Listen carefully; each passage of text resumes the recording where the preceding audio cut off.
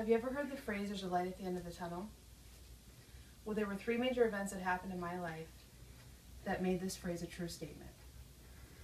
Through exposure to drug addiction as a child, illness, and a miscarriage, I learned a great deal about perseverance.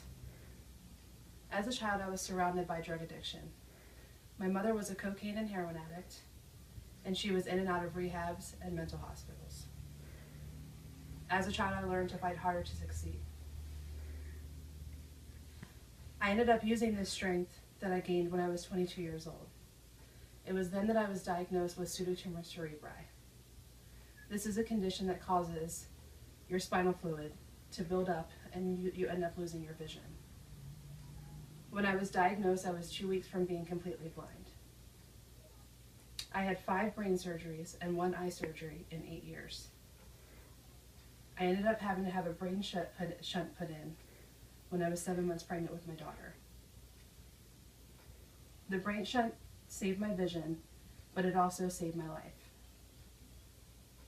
The biggest scar and the biggest obstacle through that whole experience was having a miscarriage.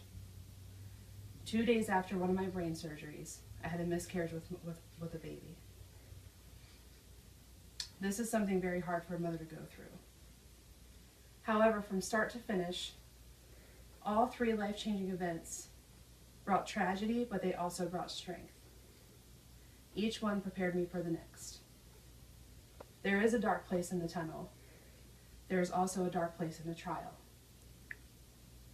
But even so, it brings perseverance and it also brings growth. So is there a light at the end of the tunnel?